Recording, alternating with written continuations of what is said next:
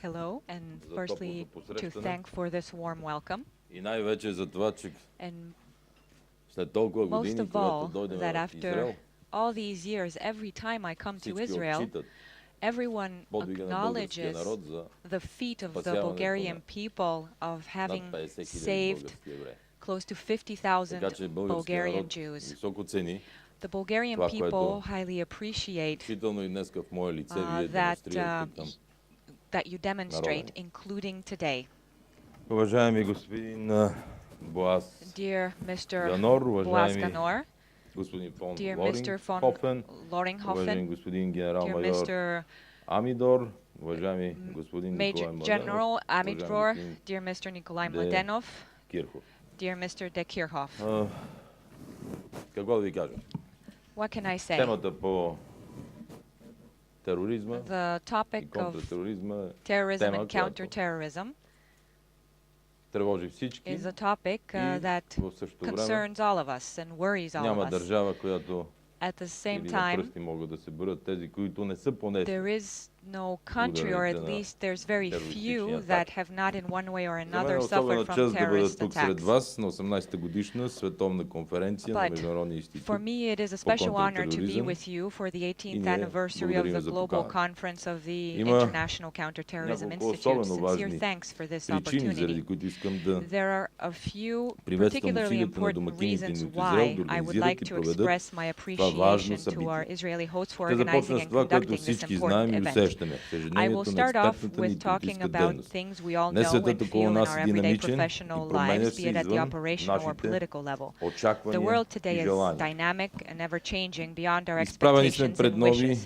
That is why we are faced with new and unfamiliar challenges, most of them different from what we have faced up until now. This requires not only new operational skills and decision-making, but new policies and priorities in international relations. Furthermore, we need updated definitions of concepts that reflect the new realities. That is why I welcome the efforts of politicians, academics, and experts, as well as the personal contribution of Professor Boaz Ganor for the initiative to define the concept of terrorism.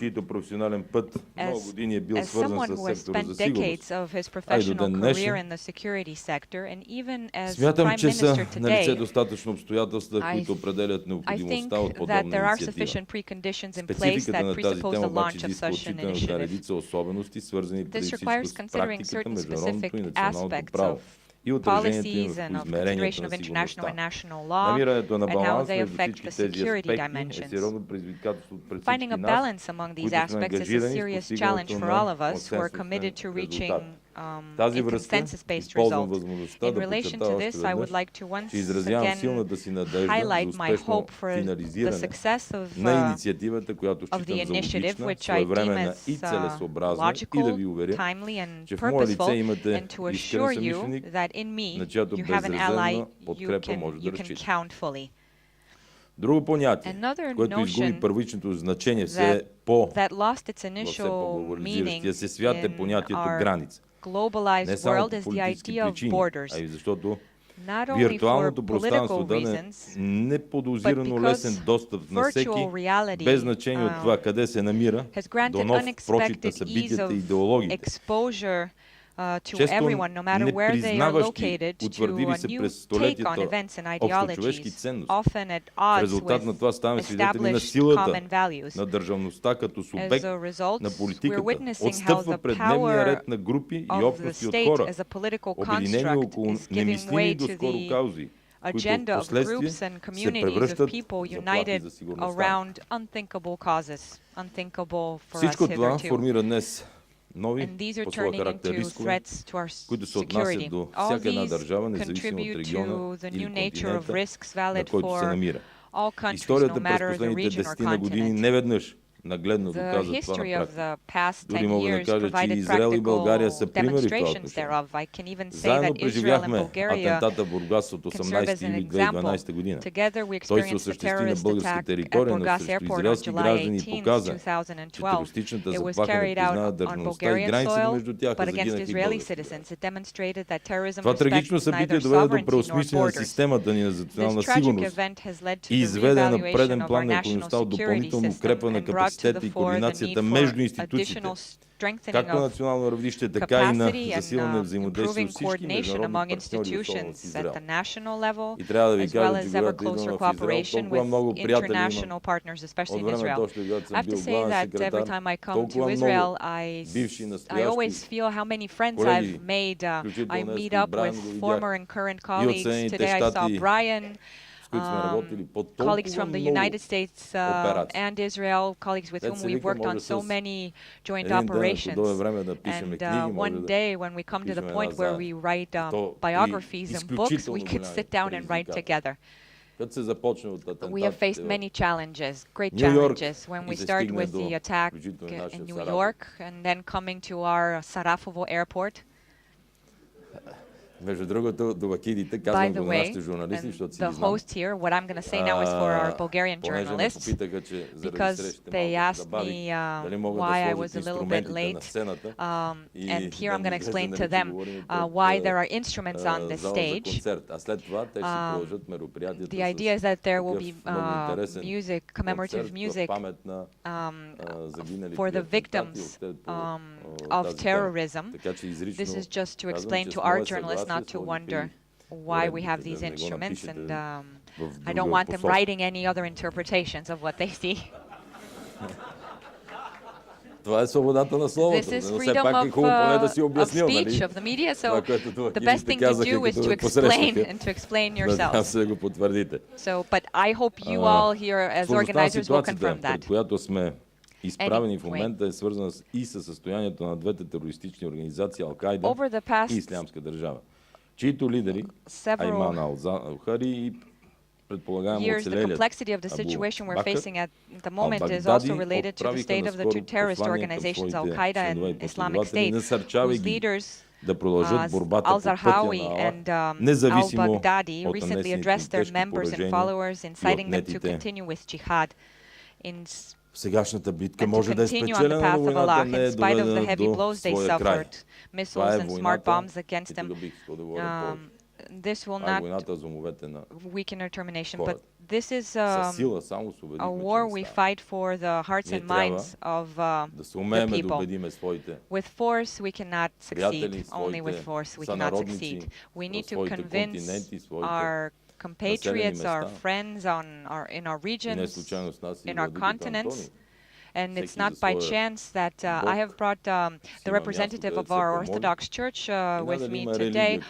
All faiths have their religion. They all pray to God, and there is no excuse for killing, especially innocent people. War is a bad thing, we all know. We live in very particular times and particular region. And I here would like to highlight that Bulgaria, as part of its presidency, managed to focus on the topic of the Western Balkans, which is part of our Balkan region. Because of the Ottoman yoke that we had in our region, there are very many accumulated historical events and suffering and barbarity and victims. Very many skills are required, a lot of political maturity of the political elite, the political class, in order to address these.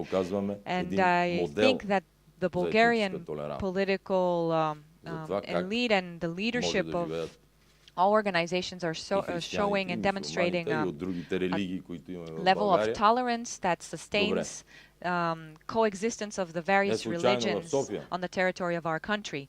And it is not by chance that in the capital city of Bulgaria, Sofia, within 1 square kilometer, we have an Orthodox church, a mosque, a synagogue, and a Catholic church. And I truly think that Bulgaria can serve as a model of ethnic tolerance and religious tolerance. All this applies to the Balkans overall as well. If we turn to Kosovo, the wounds there have still not healed. It will take a long time to heal. Very many people have disappeared and have not been recovered, and I doubt that their relatives and families will stop looking for them. And when the Western Balkans have been put in the backyard and neither the European Union nor anyone else is taking care of the prosperity and development of this region, they very easily become susceptible to conflicts, wars, ethnic cleansing, resulting mass graves, and returnees from conflict zones, etc. That is why, during our 6-month rotational presidency of the Council of the EU, and here I would like to thank my colleagues from the EU, that is why we managed to organize a high-level summit between the EU and the Western Balkans to provide European prospects for the Western Balkan countries. For some, a prospect that will come sooner, for other one a little bit later. But here I would like to highlight it is worth it because the EU is a democratic union that decided to give them European prospects, to give them an example to follow. In the Bulgarian-American joint facility, military facility at Novo Selo,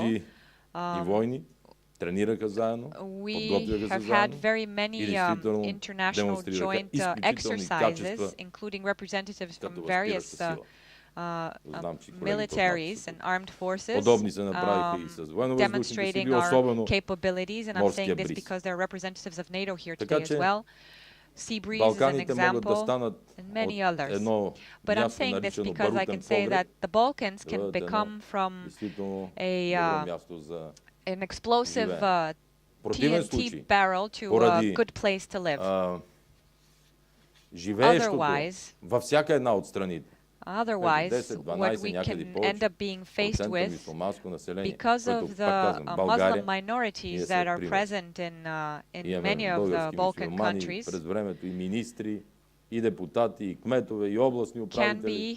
can be a cause for concern. But here I'll say that Bulgaria can serve as an example. All religions coexist peacefully. We have representatives of all minorities and communities within our society at the highest levels of governance of our country. I know that your time and our time here is limited. I here have a very long lecture that was prepared for me, but I know also that you will have 4 days to cover all the topics. That is why I would just like to focus on one particular topic, and that is the fight for the minds of our society and our citizens. Just as Newton has said that there is action and reaction, and that just as much force you put in, that's what you're going to get back. We need to convince everyone around the world that there's nothing better than peace and peaceful coexistence, and nothing more valuable than the life of each and every one of us. Each one was given birth to through birth pains by our mothers, no matter what religion or ethnic background. Moreover, we are so close to Jerusalem, where we know that there have been centuries and thousands of years of conflict and tension. But at the end of the day, it's always best when there's peace, there's tolerance. So we need to find the right remedy so that we don't become witnesses to conflicts, to terrorist acts, to epidemics of this kind. You yourself see what is happening in countries such as Germany. The latest events, Nazi phenomena, and then the counter-reaction. Then you have xenophobic phenomena, you have protests, you have police asserting their force. In Europe, there have been whole governments that fell and parties that disappeared, that have up until recently upheld a certain model. We need to think about that. That is why I would like to wish you success. I will leave the additional topics I wanted to broach today with my fellow organizers. But I'm looking forward to also talking to my Israeli and U.S. colleagues and all others represented here. And last but not least, I would like to say that Bulgaria has also been successful at the same time protecting its borders and managing its borders well. And I think that we have proven ourselves and our services as one of the best services in terms of counteracting to terrorism and good border management.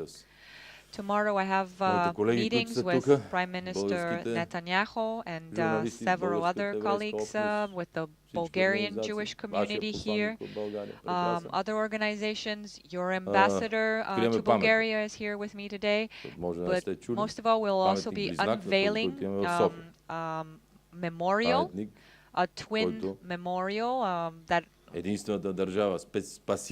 the Bulgarian version of it was already unveiled, and it is the Israeli one is due to be unveiled tomorrow, and it is dedicated to the feat of the Bulgarian people of saving their Jewish community during the Holocaust.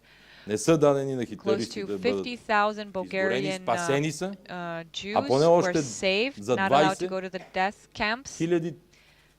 And there were several thousands of others who were assisted in terms of their documents to be able to escape and cross our borders out of the country to save themselves. This is where I will end. I wish you a successful event, also a good commemorative concert, and to continue the good cooperation between Israel, Bulgaria, and the United States in terms of countering terrorism, cybersecurity, border management, and in particular in the fight for the minds of our people, and to find the reason why terrorist acts transpire, and also to make sure that we do not trigger this type of activity. Thank you.